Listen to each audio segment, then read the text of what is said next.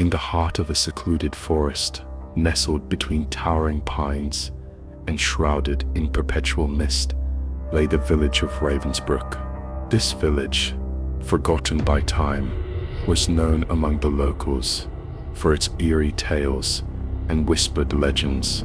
The most chilling of these stories revolved around the old Ravensbrook Manor, a decaying mansion perched atop the highest hill, overlooking the village like a silent sentinel. For decades, the manor had stood abandoned, its windows like hollow eyes staring into the abyss. The villagers spoke of strange occurrences, shadows flitting past the windows, ghostly figures wandering the halls, and an unsettling wailing that echoed through the night. No one dared to approach the manor, fearing the unknown horrors that lurked within. One stormy evening, a group of 5 friends, Eleanor, Marcus, Vivian, Thomas, and Lydia, gathered at the local tavern. The conversation inevitably turned to the manor and its dark history. "It's just an old house," Marcus scoffed, taking a swig of his ale. "Then why has no one set foot in it for years?" Vivian challenged, her eyes narrowing. "Perhaps it's time someone did," Thomas suggested, a mischievous grin spreading across his face. Lydia shivered. "I don't know. The stories, they're not just tales. My grandmother used to say the manor is cursed." Eleanor, the most adventurous of the group, leaned in. "There's only one way to find out. Let's spend the night there." Despite their apprehensions, curiosity got the better of them. They decided to venture into the manor the following night, armed with flashlights, sleeping bags, and a sense of bravado that only youth could muster. The next evening, under a moonless sky, the friends approached Ravensbrook Manor. The iron gates creaked open with a protest, and the path leading to the entrance was overgrown with weeds. The air was thick with the scent of decay and dampness. As they stepped onto the porch, the wooden boards groaned under their weight. Thomas pushed the heavy door open, revealing a grand foyer illuminated by their flashlights. Dust particles danced in the beams, and cobwebs draped over the chandeliers like ghostly veils. "This place is massive," Marcus whispered, his voice echoing. Eleanor took the lead. "Let's explore. We'll set up camp in the main hall." They moved cautiously through the manor, their footsteps muffled by thick layers of dust. Portraits of stern-faced ancestors lined the walls, their eyes seeming to follow the intruder. The air grew colder as they ventured deeper, and an inexplicable sense of unease settled over them. In the grand hall, they laid out their sleeping bags around a makeshift fire pit. The flickering flames cast dancing shadows on the walls, making the room feel alive. "Did you hear that?" Lydia suddenly asked, her voice trembling. Everyone fell silent, straining to listen. A faint rhythmic tapping echoed through the halls. "Probably just the wind," Thomas reasoned, though his voice lacked conviction. Hours passed, and the group attempted to sleep, but the manor seemed to have other plans. Whispers floated through the air, indistinct yet undeniably present. Shadows moved without source, and an oppressive weight bore down on them. Eleanor sat up, her heart pounding. "I can't shake the feeling that we're being watched." Vivian nodded. "Me too. Maybe this was a bad idea." Suddenly a loud crash resonated from the upper floor. The friends jumped to their feet, their flashlights darting around the room. "We should check it out," Marcus suggested, though fear flickered in his eye. Reluctantly they ascended the grand staircase, each step creaking ominously. At the top, a long corridor stretched before them, lined with closed doors. "Which room?" Lydia whispered. As if in response, one door at the end of the hall slowly creaked open. "No, I'm out," Thomas declared, turning back. Eleanor grabbed his arm. "We came this far. Let's see this through." They approached the open door, peering inside. The room was a library, shelves lined with ancient tomes. In the center stood a grand piano, its lid open, revealing yellowed keys. "There's no one here," Vivian murmured. As they turned to leave, the piano emitted a discordant note. They froze. "Okay, now I'm out," Thomas insisted. Before they could react, the door slammed shut, plunging them into darkness. Panic set in as they fumbled with their flashlights. "Stay together," Eleanor commanded, her voice steady despite the fear gnawing at her. The room grew colder, their breaths visible in the dim light. A soft humming filled the air, a lullaby from a bygone era. Lydia clutched Vivian's arm. "This isn't happening." The humming grew louder, morphing into a mournful wail. Story 2. When I moved into the old apartment complex on 4th and Morris, I wasn't expecting much. It was cheap, quiet, and close to work, exactly what I needed after my last lease ended in disaster. I'd broken up with my boyfriend, quit my job, and left the city all in the same month. So when I found a one-bedroom unit in a sleepy, crumbling brick building with old radiators and creaky hallways, it almost felt like fate, a reset, a clean slate. The building manager, a wiry old woman named Denise, had skin like parchment and eyes that darted around like a nervous bird's. She never once made eye contact with me as she handed over the keys and muttered a warning under her breath that I didn't quite catch. I think I heard her say something about keeping the windows closed at night, but I was too busy trying to balance the box of dishes in my arms to ask for clarification. Apartment 207 was on the second floor, tucked away at the end of a long corridor with flickering lights and yellowing wallpaper. The stairs creaked under my weight, and the smell of mildew lingered in the air like an old, forgotten memory. But the apartment itself was surprisingly decent. Hardwood floors, high ceilings, and a tiny balcony that overlooked the alleyway behind the building. It was musty and needed a good scrub, but it was home, or at least it would be. The first night passed uneventfully, though I did wake up around 3 a.m. to the sound of soft shuffling in the hallway outside. I figured it was one of my neighbors, maybe someone working a late shift. I didn't give it much thought, but things started to get strange by the second week.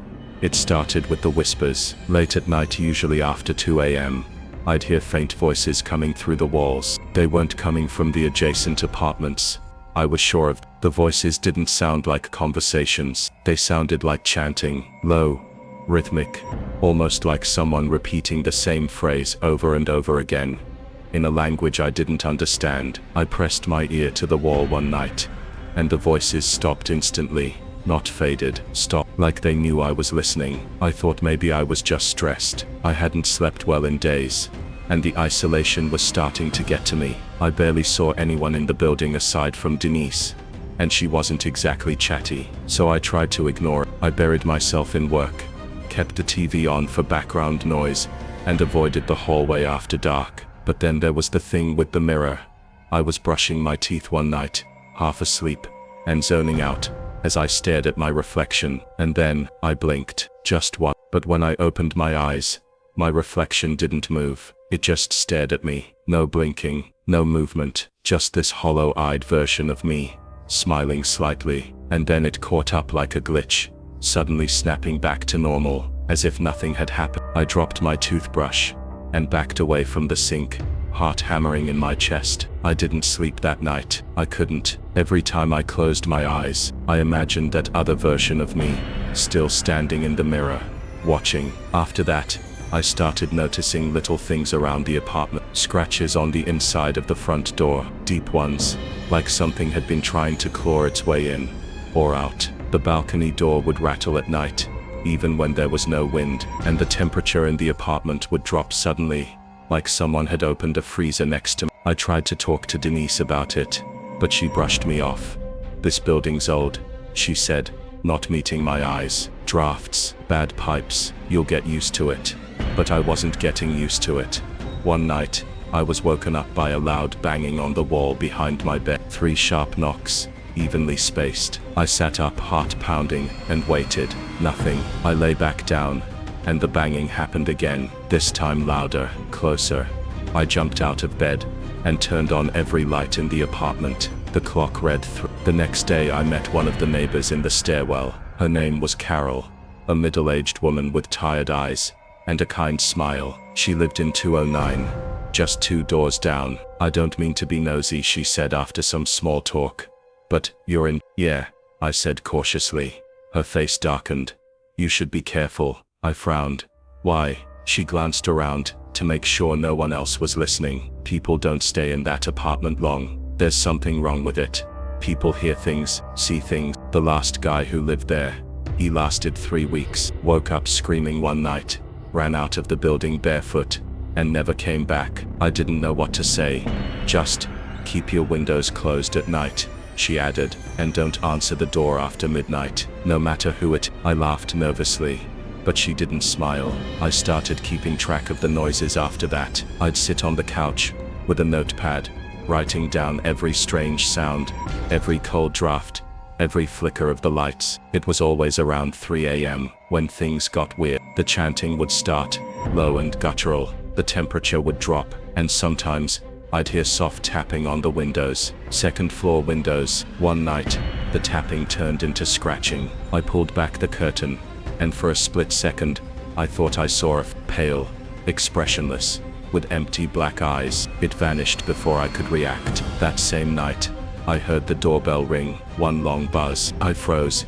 It was 3:11 a.m. I remembered Carol's warning, don't answer the door after midnight, no matter who it is. But the bell rang again, and again. I crept toward the peephole, heart racing, but when I looked through it, there was no one there, just the empty hallway. Then, the whispering started, louder this time, coming from the walls, the floor, the ceiling, surrounding me. I ran back to my bedroom, and locked the door, hiding under the covers like a child. I must have passed out from sheer exhaustion, because I woke up to sunlight streaming through the window and birds chirping like nothing had happened. But that day, I found something new. Carved into the wood of my front door, just beneath the peephole, were 3 words: let us in. I packed a bag and stayed at a motel that night. The next morning, I went back to grab the rest of my stuff, and found my apartment door wide open. Nothing was missing, but everything felt wrong. The air was thick, heavy, the shadows didn't match the light,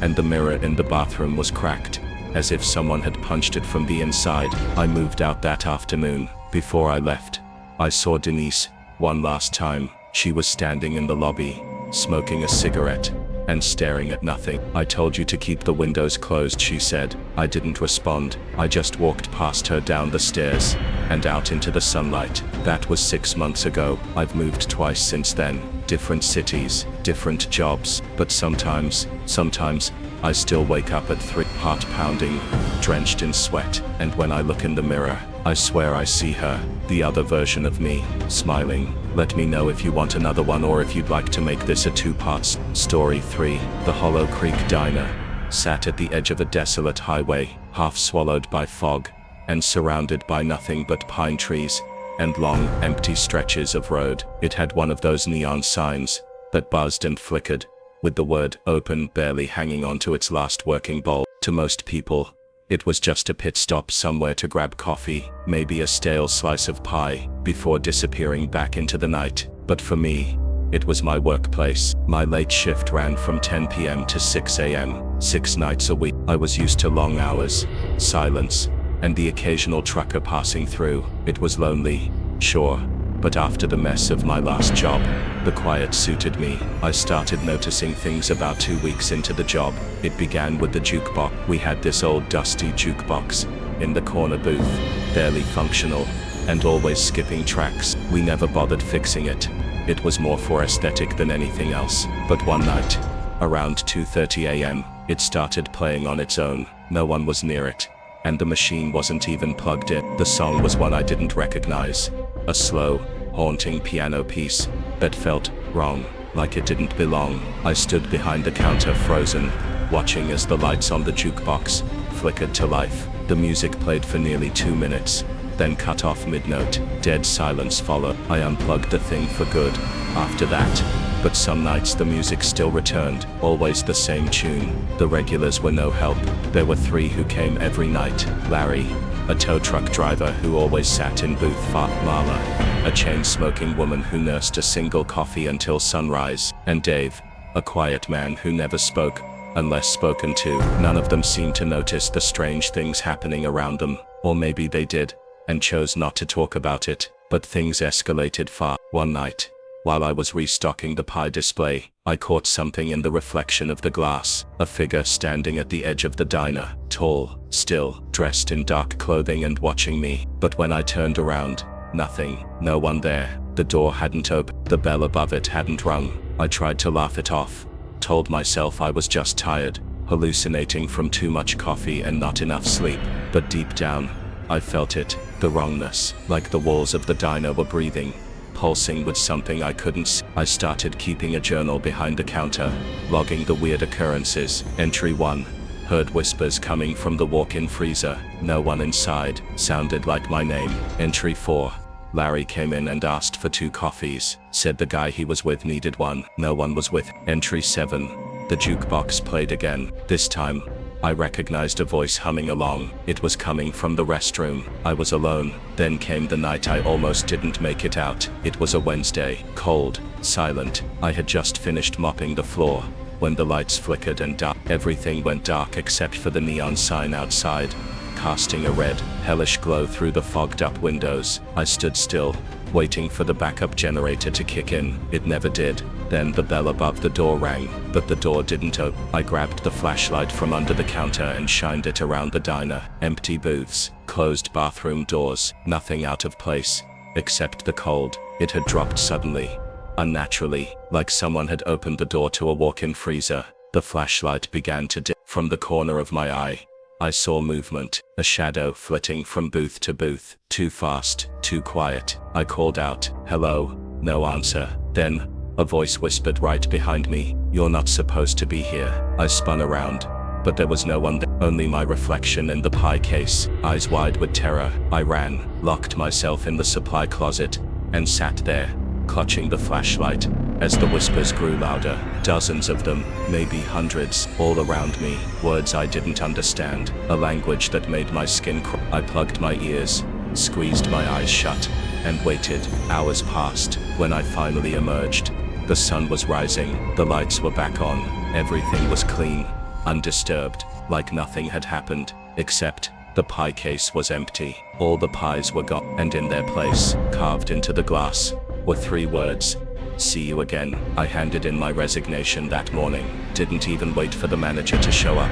I left the journal behind. I've tried to forget Hollow Creek Diner, moved cities, took a new job at a bookstore, day shifts only, but I still dream about it. The jukebox, the whispers, the feeling of being watched. Sometimes I wake up humming that piano tune I never learned, and every now and then, in the quiet hours of the morning, I hear the bell above the door, and no one's there. Story 4.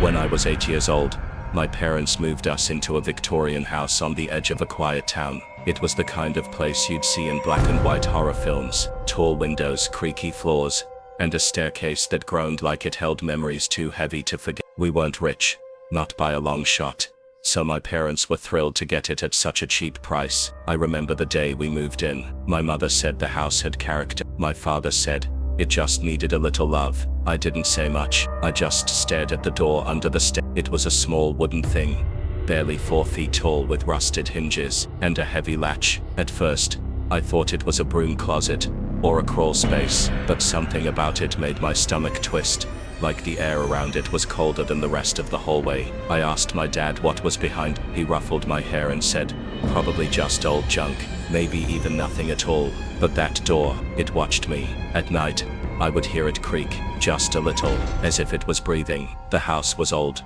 Sure, old houses make noises, but this was different, rhythmic, tight, and sometimes, if I lay very still, I could hear something else, scratching, like nails on wood. It was 2 weeks after we moved in. When I first saw him, it was around midnight. I had woken up from a nightmare, the kind that leaves you sweating and unsure if you're still dreaming. I went downstairs for a glass of water. On my way back up, I passed the door under the stairs. It was slightly open, not enough to be obvious, just enough to notice. And there, in the narrow slice of darkness, I saw him. A boy. He couldn't have been older than me. Pale skin, black hair falling over one eye. He was crouched low, watching me through the crack. He didn't move, didn't blink. I froze, my voice caught in my throat. I stared for what felt like forever, heart pounding so loudly, I thought it might wake my parents. Then the door creaked closed softly, like someone didn't want to make a sound. The next morning, I asked my mom about it. I told her there was a boy living under the stairs. She laughed. "Maybe he's your imaginary friend." I insisted it was but the more I said it, the more annoyed she got. Eventually she told me to stop being dramatic. I tried to forget, But the boy didn't forget me. Every few nights, I'd hear him whispering, always the same words, "Let me." Sometimes it would be quiet, barely audible, like a thought inside my own head. Other times, I'd hear tapping on the walls, 3 knocks, spaced evenly, tap, tap. I told myself, it was just the house settling. That's what people say, right? Houses settle. But then things started to go missing. My toys, a sock, the flashlight I kept under my pillow, even my toothbrush disappeared one day, and sometimes they came back, but not quite the same. My stuffed bear had both eyes ripped out, the flashlight was filled with dirt, my toothbrush was sticky and smelled like mold. I stopped sleeping, stopped going near the stairs. My parents thought I was being difficult, said I was too old to be afraid of the dark. One night, I woke up to the sound of footsteps, slow, barefoot, coming up the stairs. My bedroom door creaked open. I stared, too scared to scream. No one was there, just the hallway, empty. Then I looked down and saw small wet footprints leading from the stairwell to the side of my bed. I screamed. My parents ran in, turned on the lights, searched the whole house. Nothing. No boy, no footprints, just me and my nightmares. They started taking me to therapy, told me I was under stress from the move, but I knew what I saw. Eventually I stopped talking about it. I kept my head down, did my best to avoid the door under the stairs, but I could still feel him watching, always watching, until one day, he was gone. The door had been nailed shut. My dad said he finally got around to sealing it. Drafts, he said. It's probably just drafts making all those noises. The house was quiet. After that, peaceful even. I started sleeping again. The whispers stopped. No more missing items. Life returned to normal, until a month later. We were having dinner. It was a Sunday. My mom made pot roast. My dad was telling a story about work, and then, out of nowhere, he paused mid-sentence. His eyes drifted to the hallway. The color drained from his face. "What is it?" my mom asked. He shook his head. "Nothing." Thought I heard. Never mind. But I heard it too. 3 taps. Soft, deliberate. Tap, tap, tap. That night, I dreamt of the boy again, but this time, I was under the stairs with him. It was cold, damp. The walls were covered in scratch marks and old children's drawings, and the boy was smiling. He leaned close to me and whispered, "I'm not alone down here." I woke up screaming. My parents decided to sell the house that week. We moved out within a month. I never went back, but sometimes I look up the address online, and the house is still there, still standing. Different family, different kids. I wonder if they hear the whispers. I wonder if they know what lives under the stairs. I wonder if he's still waiting. Because when I was 16, I got a letter in the mail. No return address, just my name, handwritten on the front. Inside was a photograph, a picture of the staircase, and the door, wide open. Story 5. When my grandmother passed away, she left her house to me. It sat on a hill just outside of town, old and a little weather-beaten, but still solid. I hadn't visited much growing up. My parents always said Grandma was particular, but I remembered the house, the smell of cedar and dust, the ticking of the grandfather clock, and most of all, I remembered the attic door that was always locked. The lawyer handed me the keys, along with a simple note written in my grandmother's handwriting. "Don't go into the attic, ever." That was all it said. No explanation, no greeting, just that warning. At first, I respected. I moved into the house because I had nowhere else to go. Fresh out of college, broke and jobless. It was quiet, peaceful, and a bit lonely, but it was mine. I thought of it as a new start. The first few weeks were uneventful. I fixed up some of the rooms, cleaned out dusty closets, and tried to make the place feel less like a museum and more like a home. But no matter how comfortable I tried to make it, something always felt off, especially at night. The attic door was at the end of the hallway upstairs. It was a narrow, arched wooden thing with an old-fashioned brass knob that didn't turn. I tried it once, just out of curiosity, but it wouldn't budge. Sometimes, as I passed it, in the dark, I felt a draft coming from under the door, like someone on the other side had just exhaled. I told myself it was just the way old houses behaved, but every night, around 2 a.m. a soft dragging sound, like someone was moving furniture above my bed. At first, I thought it might just be animals in the walls or the wind, but one night, I got fed up and went upstairs to listen more closely. The noise stopped the second I reached the attic door. I leaned in, listened, nothing. But when I turned to walk away, I heard something on the other side of the door, a whisper, so faint I couldn't make out the words, just the tone, pleading. I went back to bed and told myself it was a dream. A few days later, I found an old trunk in the basement. Inside were dozens of photographs, most of them black and white, family pictures, some of people I recognized, others I didn't. One photograph caught my attention. It was a little girl sitting on a wooden floor. Behind her was a small arched door, the attic door. On the back, someone had written Eleanor, 1936. I didn't know any Eleanors in my family. I called my mom and asked. There was a pause, and then she said quietly, "That was your grandmother's younger sister." I asked, "What happened to her?" Another pause. "She died when she was a child, fell down the stairs, but the attic doesn't have stairs." I hung up, unsettled. That night, I had the worst dream of my life. I was standing at the bottom of the attic stairs, not the hallway, but stairs that had no business existing. They twisted upward into darkness. Something moved at the top, a shape, small, pale, and then slowly, it began to crawl down the steps, its head tilted at an unnatural angle, hair hanging in front of its face. It moved like it didn't have bones, just soft, jerking motions like a puppet without strings. I tried to run, but my legs wouldn't work. I screamed, but no sound came out. Right before it reached me, I woke up gasping for breath. When I opened my eyes, I was lying on the hallway floor, right in front of the attic door. It was slightly open. I didn't remember getting out of bed. From that moment on, things got worse. Lights flickered for no reason. I'd find muddy footprints in the hallway. My phone would ring at random times, but there was never anyone on the line.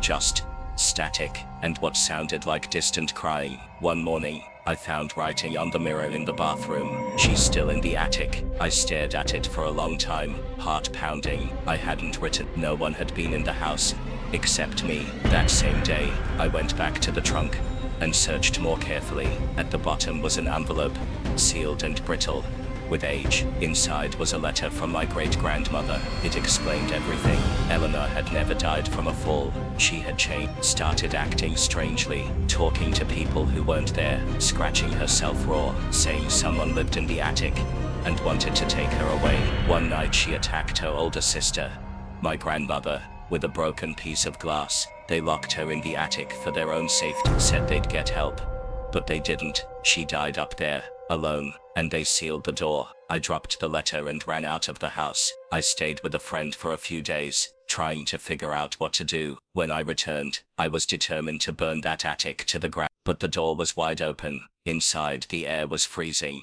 The walls were covered in scratch marks. Old toys were scattered across the floor, rotted and broken. And in the center of the room sat a small rocking chair. It began to rock on its own. I backed out and slammed the door shut. That night I heard a child's voice through the floorboards. "You left me here. I don't sleep in the house anymore. I sleep in my car parked in the driveway. I've tried to sell the place, but no one stays long." One couple lasted a week before leaving in the middle of the night. The husband wouldn't say why, but the wife was shaking when they drove off. Last week, I received a package with no return address. Inside was a music box. I didn't recognize it. I never owned one, but when I opened it, the tune was familiar. It was the same lullaby I heard in my dream. The night I saw Eleanor crawl down the stairs, the lid slammed shut on its own, and when I looked up, the attic window was open, and something was watching me from inside.